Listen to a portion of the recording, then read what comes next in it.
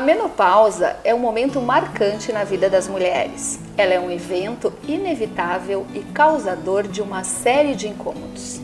O período de mudanças no corpo da mulher gera insegurança e transformações que costumam ser acompanhados de muitas dúvidas. É uma fase delicada que apresenta transtornos físicos difíceis de conviver. Ainda que seja parte do ciclo biológico do corpo feminino, essa fase ainda hoje é considerada um tabu. No programa de hoje, estamos aqui no Espaço Prisma. Estou acompanhada das minhas colegas Tânia Perusso e Roberta Pegoraro e temos como convidada especial a doutora Lia Zucchetti, nossa médica ginecologista. Olá, doutora Lia, seja bem-vinda ao nosso programa. Muito obrigada, é um prazer estar aqui. Para abordar um assunto que é extremamente preocupante entre todas as mulheres. Então, doutora Lia, inicialmente nós gostaríamos que a senhora nos explicasse a diferença entre dois termos que são muito usados nesse período das mulheres, que às vezes eles são confundidos. Menopausa e climatério. Existe uma diferença entre esses dois termos e o que gera cada um deles? Então, é verdade, é muito confuso essa história de climatério e menopausa na grande maioria das mulheres. Mas é assim, o climatério é o período que se consideraria, por exemplo, dos 40 aos 50 anos, ou alguns até referem a partir dos 35 anos. Eu quero fazer um parênteses e dizer que os nossos ovários, nós nascemos com mais ou menos 400 mil óvulos, tá? E esses óvulos vão se tornando, alguns eu vou liberando, engravidando, cada menstruação que eu tenho, muitos deles vão morrendo, então a partir dos 35 anos de idade isso é mais acelerado. Então a gente considera estanque, assim, 40 aos 50 anos eu tenho um período de menopausa, de climatério. O que é o climatério? É um rateio do ovário. O ovário começa a ratear, às vezes tu ovula, às vezes tu não ovula. Então, por exemplo, às vezes eu faço uma dosagem de estradiol sérico, que é o hormônio do ovário hoje, e tá legal. Amanhã ele pode não estar legal. Então é por isso que a gente diz que as pacientes que pretendem engravidar, o ideal seria que a gente pudesse se programar até os 35 anos de idade, porque a gente não sabe que tipo de falência esse ovário vai acontecer a partir daí. Mas enfim, e a menopausa é uma parada definitiva do trabalho do ovário. As pessoas confundem muito. O útero é um músculo. Lógico que ele tem a sua conexão em termos de fluxo, ele tem uma conexão importante com relação ao ovário também. Mas hormonalmente é o ovário quem comanda todo o teu delinear feminino, a tua cintura, o teu quadril mais largo, a tua silhueta feminina, quem determina é o estrogênio. E quando nós entramos em menopausa, isso quer dizer, o FSH, que é um hormônio que a hipófise produz, que é um hormônio que comanda o ovário, que diz pro ovário, trabalha que eu tô baixinho, eu tô quietinho aqui, eu tô bem baixinho, e tu fica trabalhando, mandando estrogênio pro organismo. Ele levanta, e por isso que vem as ondas de calor, que é bem interessante. Então, menopausa, apagou definitivo o ovário. A menopausa seria a última menstruação da mulher. É a última menstruação da mulher porque aquele ovário entrou em falência.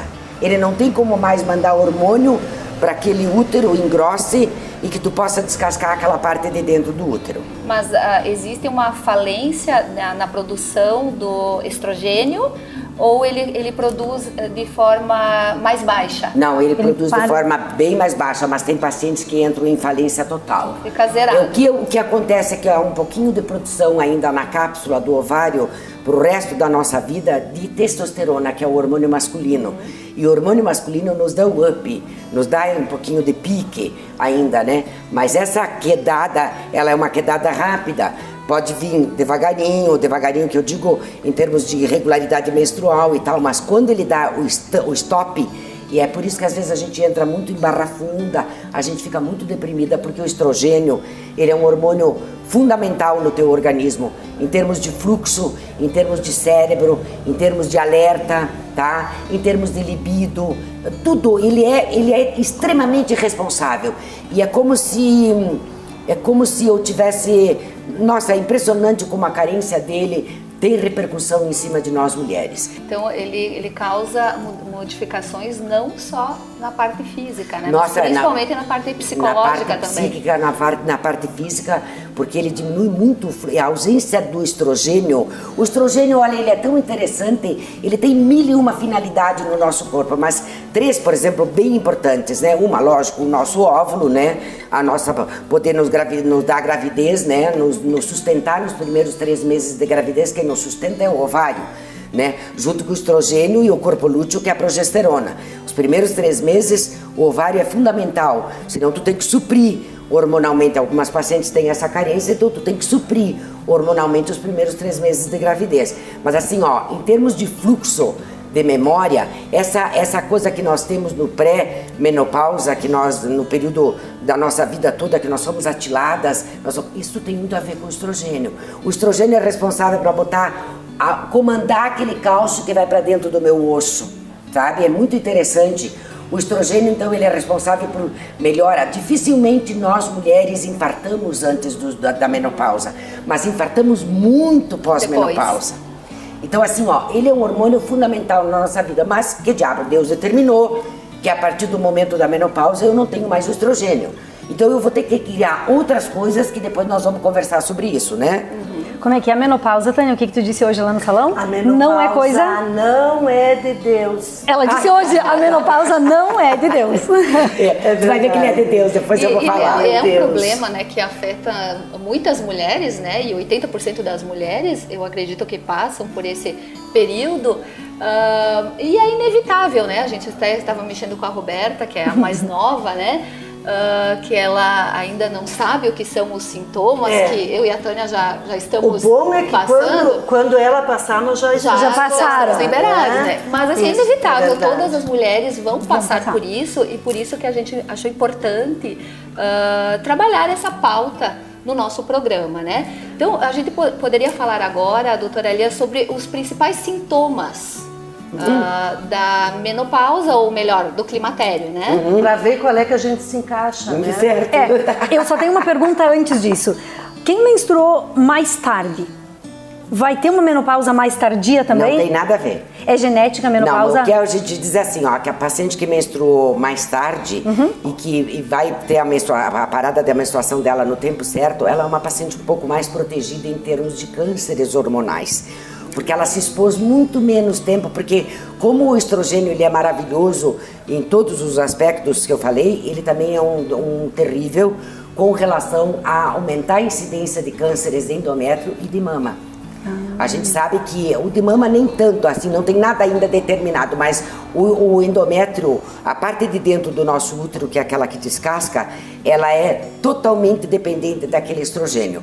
E tem pacientes, por exemplo, a nossa região é uma região que tem muito ovário policístico. O ovário policístico, eu quero falar uma coisa bem importante, ele não é caracterizado por ecografia, ele é clinicamente, esse diagnóstico, eu olho para a paciente e digo, ela tem ovário policístico. Mesmo paciente magrinha, porque daí ela não tem a síndrome do ovário policístico, que são 3 caracteres, né? Ela é uma paciente gordinha, ela menstrua cada meio ano, cada ano, ela ovula numa eventualidade, tá? E ela tem muito pelo grosso, ela tem um pelo muito aumentado pelo corpo, ela às vezes tem um pouquinho de buço, né? Nem bicho de cabeça, cabelo mais ralinho, ela tem uma oleosidade muito intensificada. Essa é a paciente que bem caracterizada com ovário policístico, então ela tem uma síndrome de ovário policístico, porque a síndrome são 3 fatores, né? Que eu falei, então, pelo aumentado, ciclos longos, paciente com oleosidade muito intensa, ela tem muita queda de cabelo, assim, ó. Então é um ovário que tem muito na nossa região. Este ovário, ele aumenta a incidência de cânceres de endométrio. E a nossa região, logo que eu cheguei em Nova Prata, eu vim a Nova Prata em março de 1985. Eu tive encontrei muito câncer de endométrio aqui. As pacientes ficavam curadas porque é um diagnóstico que tu fazes precocemente, né? Na época, seja através de esteroscopia ou através de cureta, né?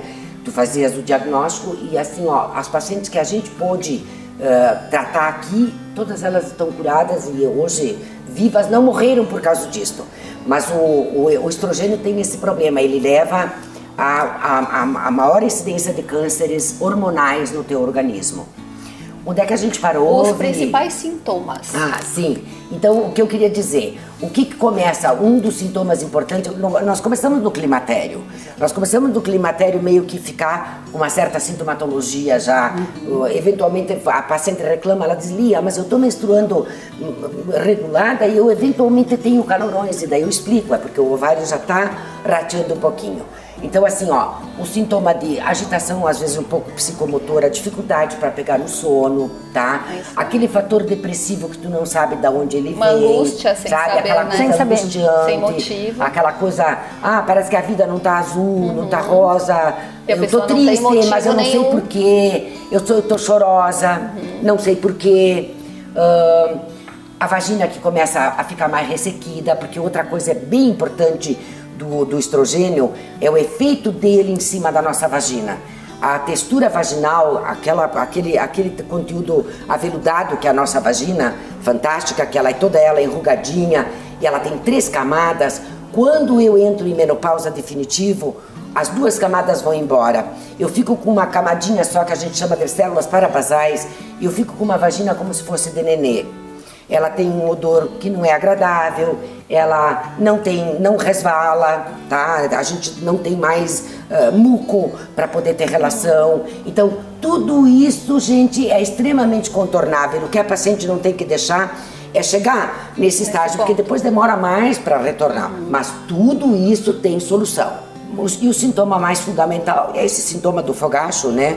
Esse calorão, às vezes é só calor no pé que a Falta paciente de tem. raciocínio. Sim, Os lapsos de memória. Lapsos de memória, Dificuldade de correto. concentração Justamente porque eu falei também, que o né? estrogênio, a carência dele é abrupta, ele dá uma diminuição de fluxo de todo o teu corpo e também cerebral. E até a perda da massa óssea, né? Que é doutora? importante, mas é aquilo que eu falei antes, que o estrogênio é extremamente responsável para botar o cálcio no teu osso, né? Nós vamos ficando por aqui, vamos chamar para um intervalo e voltamos em seguida.